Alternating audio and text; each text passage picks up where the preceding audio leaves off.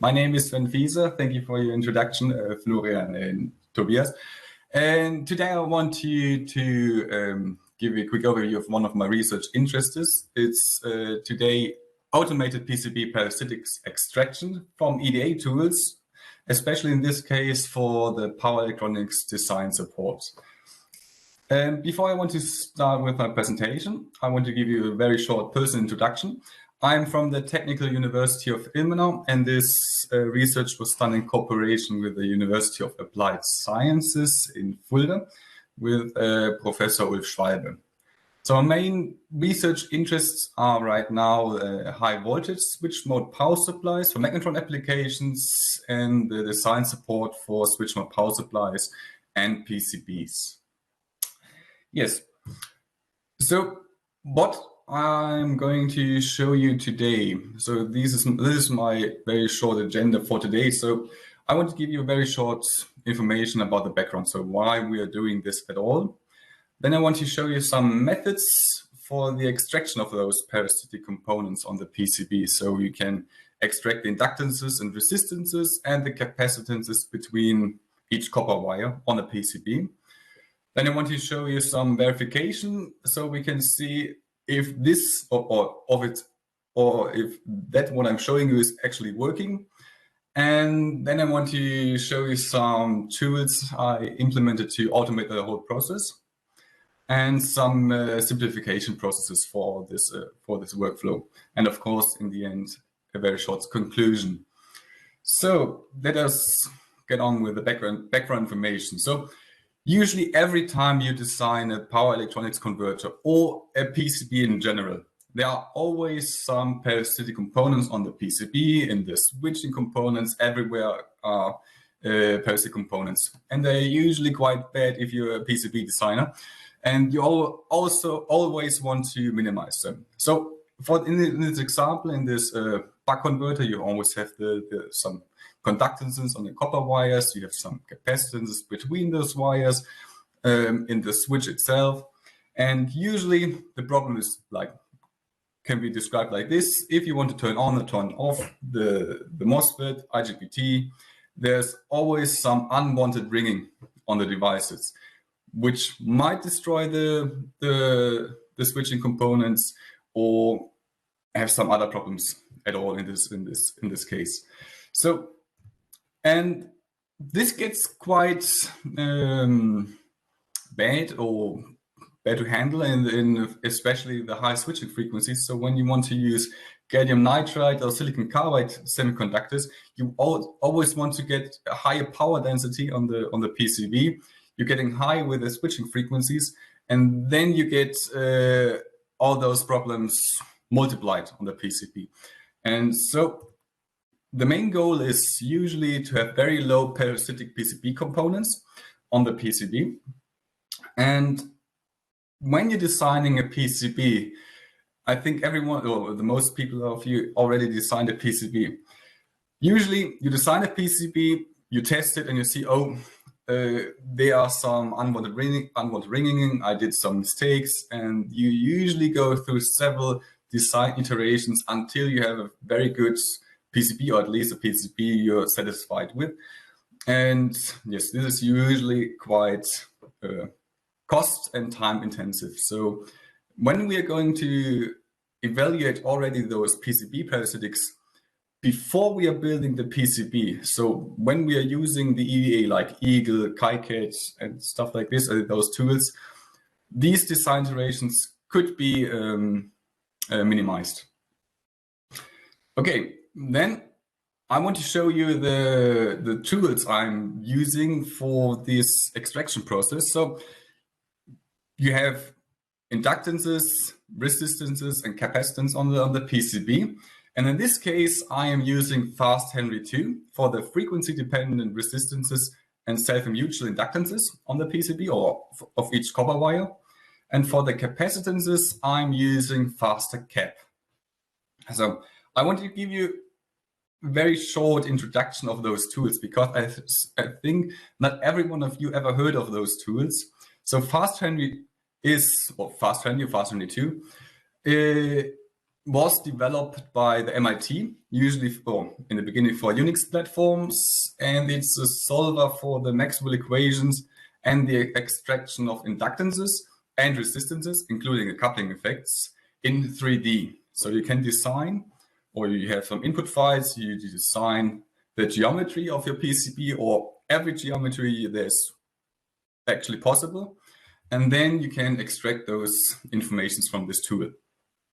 And I use this tool, or I use both those tools for PCBs. FastHenry2 is a standalone program. It's just a porting for Windows, so you can use it on every platform that's available. FasterCap, it's more or less the same, or FastCap in this case. This was developed at MIT as well, also for Unix, and in the beginning.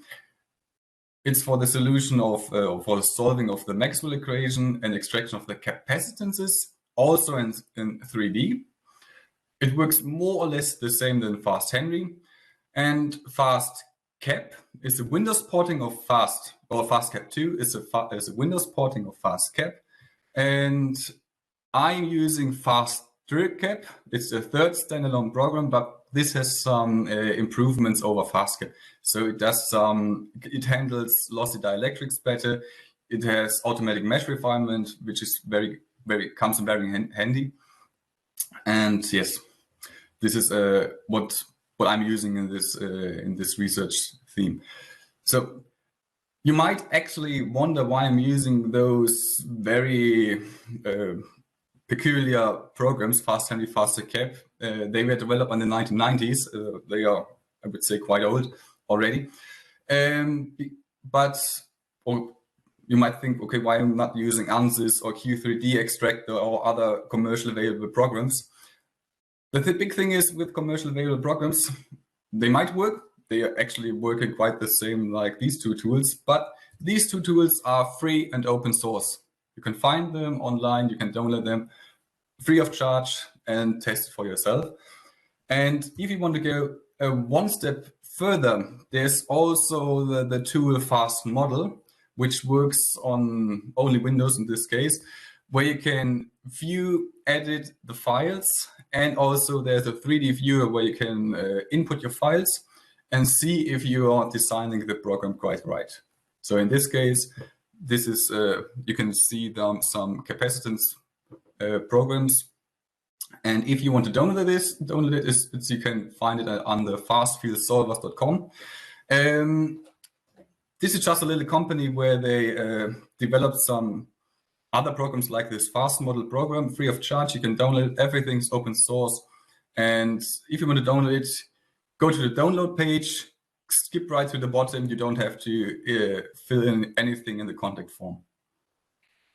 Okay, let's get over to the converter itself, because we have to put something into FastHenry2, so to calculate all those inductances and resistances. So first of all, I have to put in the geometry of each copper trace in 3D using elements and planes. So if you design your PCB, you always have some wires, some ground planes and stuff like this on the PCB, but FastHenry2 doesn't know if this is a wire, if this is a ground plane, and so on and so forth. You always have to design it like this. You have each node, one node, two node, and these elements connect those nodes with a given height and width. These would be the wires, and the same for planes, including some holes in order to reshape the planes. Also, you have to put in the frequency range you want to simulate. So for example, starting from 1 kilohertz up to 100 megahertz, and then FastHenry2 is solving these equations for each frequency you gave it to calculate. And as well, you have to put in some material properties of the copper or the material you want to simulate. In this case, I'm simulating PCBs, so I'm putting in the conductivity of copper. If you want to simulate something else, you can change this value. And The output of this program is the maximum matrix for each frequency. So you have a 2 to 2 matrix, 3 to 3 matrix, and so on and so forth, depending on what you're simulating. This includes the frequencies, the resistances, inductances, and the coupling inductances. And one nifty thing about this tool as well, you can also export a SPICE model where everything is already included. So you have a SPICE model which is valid for each copper trace, the coupling mechanisms, and is valid for each frequency range, which is quite nice. Good. Then let us go over to the converter itself. So how does my program work? So we are starting with the board file. In this case, I was working with Eagle from Autodesk or AutoCAD. I don't know what's the company called now right now. I start with the board file. It's basically an XML file. You can pass it with every program there is. You can also use KiKit and every other EDA tool where you can pass the board files. This shouldn't be a big problem, but in this case, I was using Eagle.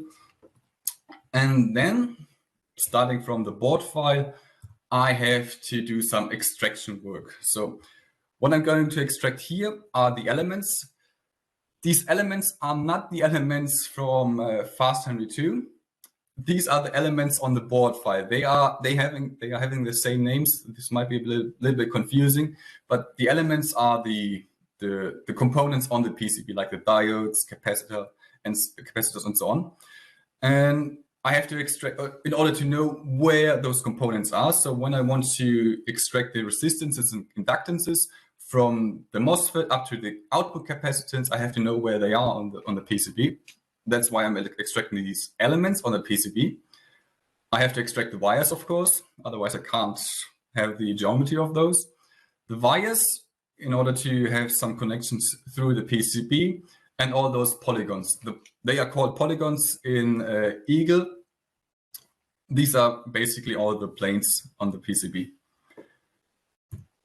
Then I have to do some conversion, of course. So every information I have from the board file, I have to convert to the input file for Fast Henry 2. So this is basically those nodes. So each point on the PCB is from point 1 to 2. I have to connect them with a segment. I call it segments. It's usually these elements. I have to connect them in order to have the geometry for these wires. And I have to create those planes, which are basically then the polygons or the ground planes, the copper planes, and so and forth. But as soon as I've converted all those informations, I can create the input file for Fast Henry 2. So let us have a look at a very short example of a Fast Henry input file. So on here you can see it. Basically, you have to input. Let me show you with my laser pointer. So you have to input some default options like this sigma. This is the conductivity of copper. And then you have to start with the nodes. It always starts with an N, N1, N2, and 3. You have to give them some locations where they are located in 3D. Then you are going to connect those nodes with these elements, E1, E2, between N1 and 2, giving a given height and width, and some implementation. I will show you this in a minute. And here are the planes. This would be a big ground plane on the PCB. Then I have to give you some information about the start and end point. This would be, for example, I'm going to simulate it from Q6. This would be the MOSFET on my example to the diode number 3 on the PCB. And of course, I have to give him some frequency range. In this case, I'm starting at 100 Hertz and I'm going up to 100 megahertz. Exactly. So if you go further, so when we want, I want to show you this incrementation process. So when we want to simulate all those skin effects as well, then we have to do some kind of incrementation of each copper tracer. So you can see on this picture, you have to increment it somehow, and you can do this with this quite easy formula you can see on this on the side here. So you have to do some incrementation. This is the skin effect or the skin depth, and this is a formula in order to calculate those incrementations, to calculate the skin effects correctly. Perfect. So far to for the converter for FastMV2. Let us have a look at the faster cap converter. So we're starting again with some input. The input in this case would be the geometry of the copper traces and the PCB this time. For FastMV2, we do not need the geometry of the PCB because we are working with the inductances. But when we want to extract the capacitances, we have to have the geometry of the PCB itself. And this is done by using triangles and squares. This would be some planar triangles and squares in 3D. And of course, again, some material properties of the PCB, the relative permittivity. And usually if you're using FR4, this is approximately for this number, could be a little bit different depending on the manufacturer. So you should have a look at the PCB itself. And the output, again, this would be the Maxwell matrix again, but for capacitance, of course. And very short notice on the side, you can use faster cap for every capacitance extractions you want to use. This doesn't have to be PCBs, it doesn't have to be anything like this. You can basically do with this tool whatever you want in order to extract the capacitances. Okay, then let us have a look at the conversion process again, this time for faster cap. We are starting with the board file again. We have to extract some informations again. This time we only need the wires and the polygons. These are the copper traces and the dimensions. So the dimensions are it's called in the board file dimensions. These are the information of how the PCB is shaped. And then we have to create some conductors. Basically, every wire and polygon, everything this is what is copper on the PCB is a conductor. So we have to model it as a conductor in this case. And let me show you how this works in a faster cap, because this is a little bit different than in fast Henry. Because in fast Henry, I showed you the slide. We have the nodes, which we are going to connect for the wires. In fast cap, this is done a little bit different, or quite different. So in A, you see some two wires. For example, here the wire starts. This is information you have from board file. A wire, it starts from x1 y1 and ends at x2 y2. The next wire starts from this point and goes to this point, and it has a given length and width. This is information you have from the PCB or from the board file, nothing more. So what we have to do is do some kind of shape around this information in order to have something that looks like a conductor. This is done by this.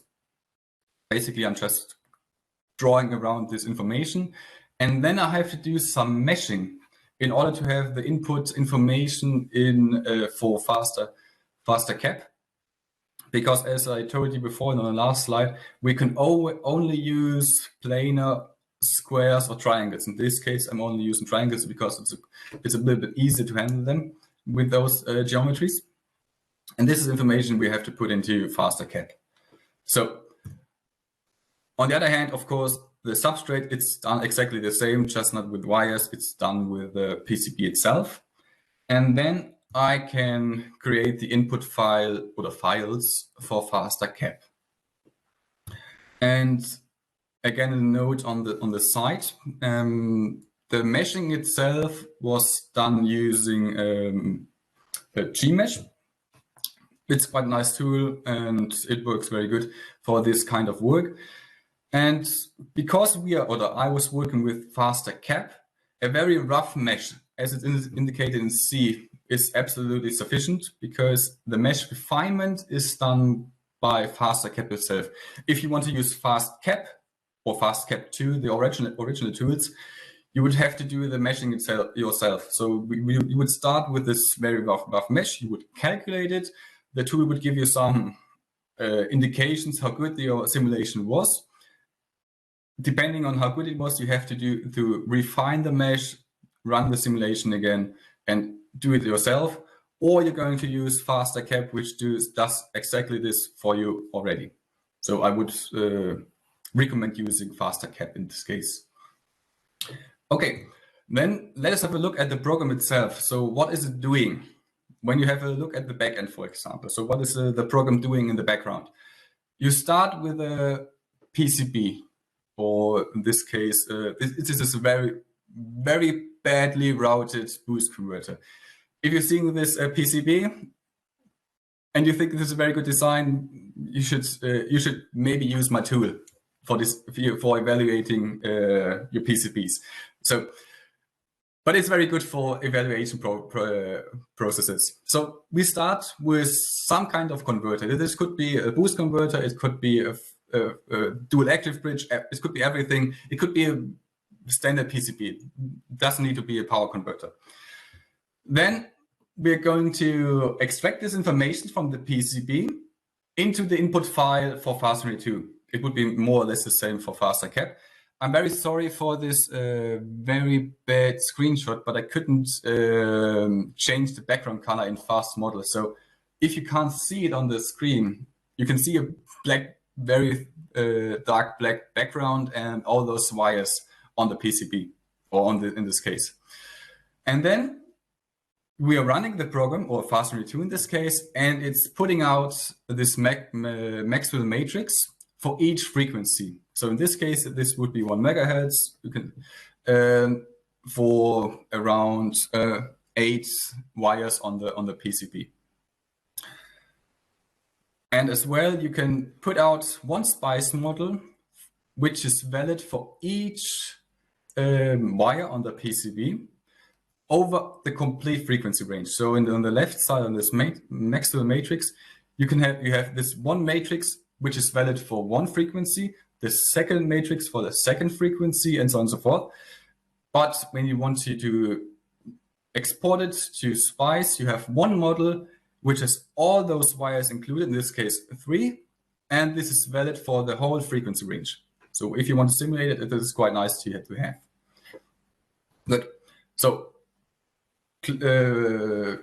shortly to the front end. So what does it look like for the user? It's more or less the same.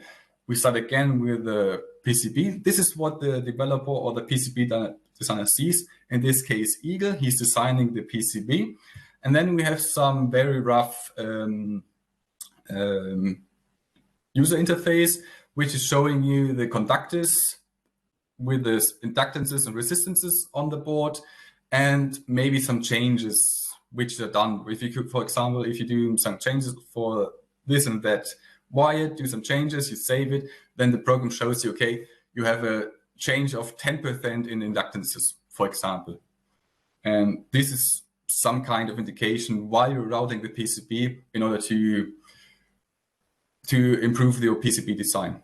So otherwise, you can also again say, okay, I want to extract the SPICE model for this boost converter in this, and then you can simulate your boost converter with this very sophisticated SPICE model.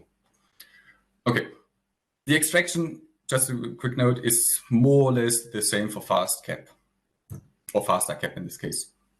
But and why should I do all this? So, for example, we started with this very badly routed boost converter. And you can see, for example, you have this integration. So it's very high inductances, very high resistances. What should I do? For example, you could implement a plane between, right in the middle of the critical path. So you would see, okay, my inductances are going down, which would be quite good. Or you could add a ground plane on your complete PCB. And this is a process you could go through when you design the PCB in your EDA tool without even building the PCB. And you can see right when you route the PCB, what are my inductances on the PCB? And of course, it influences if you want to simulate it. Good. Then let us have a look at the verification process. So in order to prove to you that what I'm showing you is actually working. So I started with Autodesk Eagle again. I routed exactly this PCB. Again, this is not the perfect design of a boost converter, I know, but it's very good for evaluation processes. And then I extracted all those parasitic components from the PCB. And for the verification, I actually built this very badly routed PCB in real life. And then, of course, in order to evaluate, I created a SPICE simulation. In this case, I used LT SPICE, which is quite nice.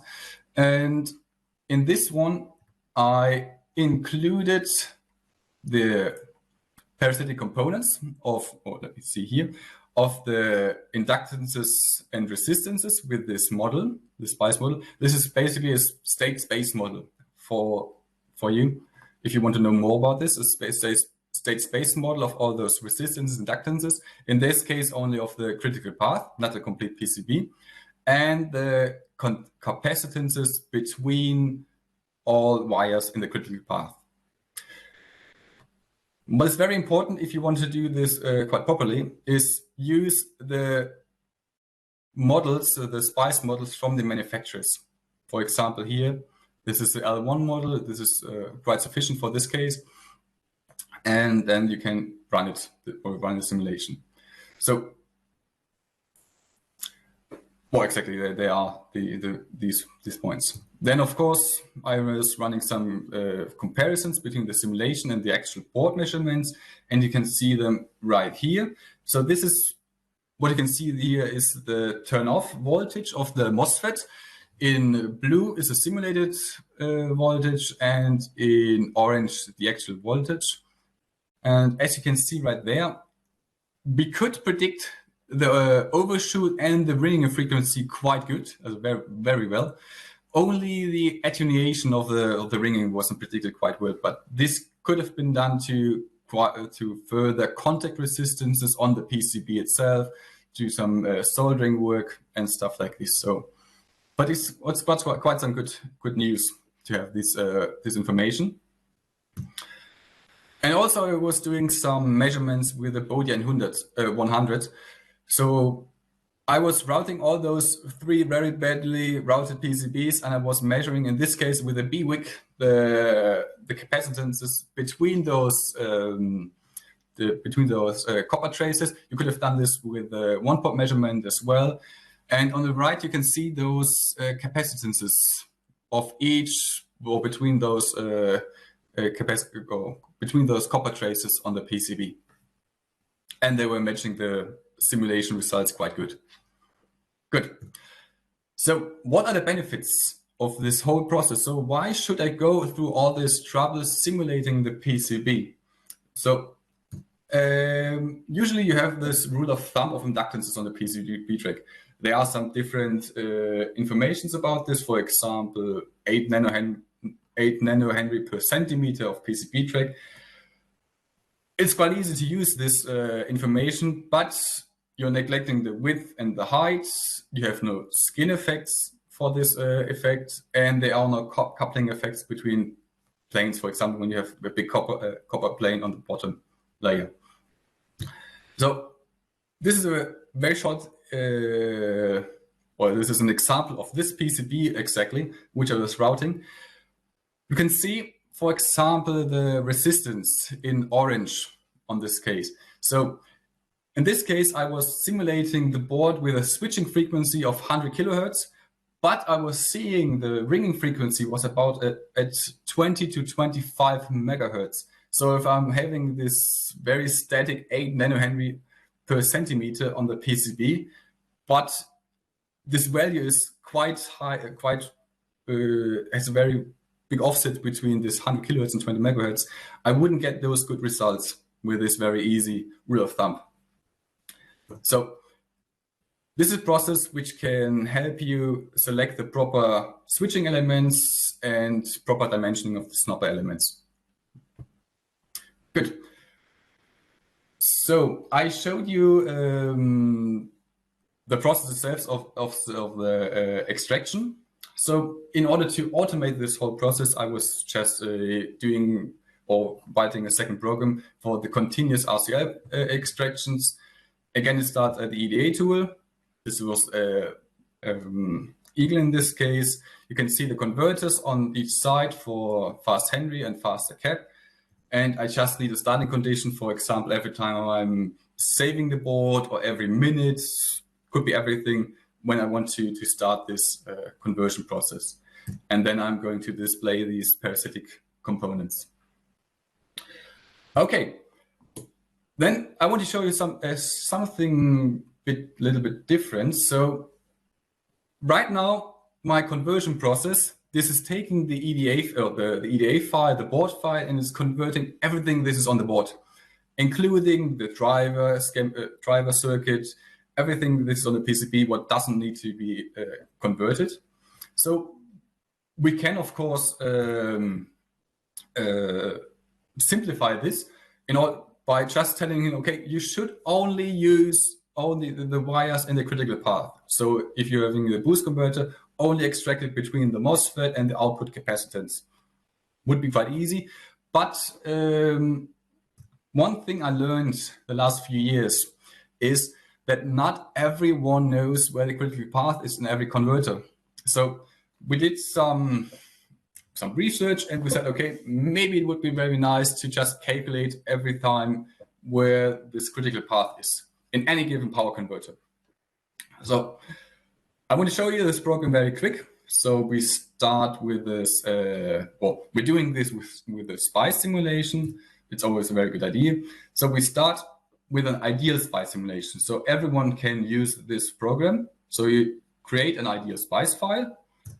You have to run it, and then we are going to pass the waveform file in order to, we're extracting every waveform file. And then we calculate every DI to DT or DU DT for every waveform according to this very sophisticated formula. And then we are just running we're just calculating the RMS of each differentiated waveform according to this second formula. It's not rocket science. And then the highest values indicate the critical path. So for example, we are starting with this ideal boost converter in this case. It doesn't have to be very sophisticated, just click it together, run the program, and you will find a graphical output of where your critical path is in your converter. And this information can be fed into my program or in the extraction program quite handy. So those points are quite off on this X and Y axis, but this is due to how LT SPICE handles the anchor points in itself. Good. Then, as I showed you before, we can simplify the critical path, or simplify the extraction of the RCL elements by this critical path extractions. So we have on the one hand fast Henry 2, on the other hand faster cap, and we just include the critical path information. So it's just including these informations, or it's just extracting those informations. It might make the extraction process a little bit easier to understand and faster, of course. Good. I want to give you some current and future works and some limitations of the program. So currently, this parasitic extraction process works quite good with these, let's call them easy geometries. But in real life, when you're routing a PCB, you have very often some wires and some planes on top of each other. This is no problem for the EDA file as well at all. But currently, this doesn't work in my converter. This has to be fixed, but this is still some work in progress. And Yes, this is currently this is what I'm working on. And then some knowledge in order to prevent garbage in, garbage out when you want to simulate your converter. It has to be very, what has to be done is you have to model your PCB absolutely correctly. Every geometry has to be perfectly modeled. You have to put it in fast Henry or in every extraction process, computer program. Extract those. They have to be frequency dependent. And of course, what is a very big point as well is you have some correct spice models for the switching elements. There are usually different kind of spice models. There is the level 0 model, which is quite nice to simulate. It's good for the spice simulation, but usually this doesn't work quite good with power electronics converters. So you should start with L1 or L3 models if those are available from the manufacturer. And of course, you have to simulate the ESR or ESL of capacitors or inductors which are in the critical path correctly, of course. And here you can, for example, use the Bodian 100 for the extractions, or you have a look at the data sheet if you have it, if it's included there. Good. And if the program works to my satisfaction, then we're going to publish the tool free and open source somehow when it's working. Okay, this is my last slide. So let me have a very short conclusion. So I think yes. So that I'm on time. So in conclusion, I showed you a tool where we can extract the critical path in any given power converter. It could be any PCB in this case.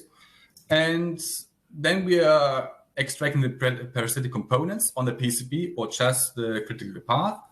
And this is especially important, all this process, or to simulate the PCB correctly. If you are using or you want to design some PCBs, especially in the high frequency switching domain using gallium nitride, silicon carbide semiconductors, and every tool that is shortening your PCB design process comes quite in handy, can save you money and time. Good. Thank you very much for your attention. I hope you learned something, and I am open to every question right now.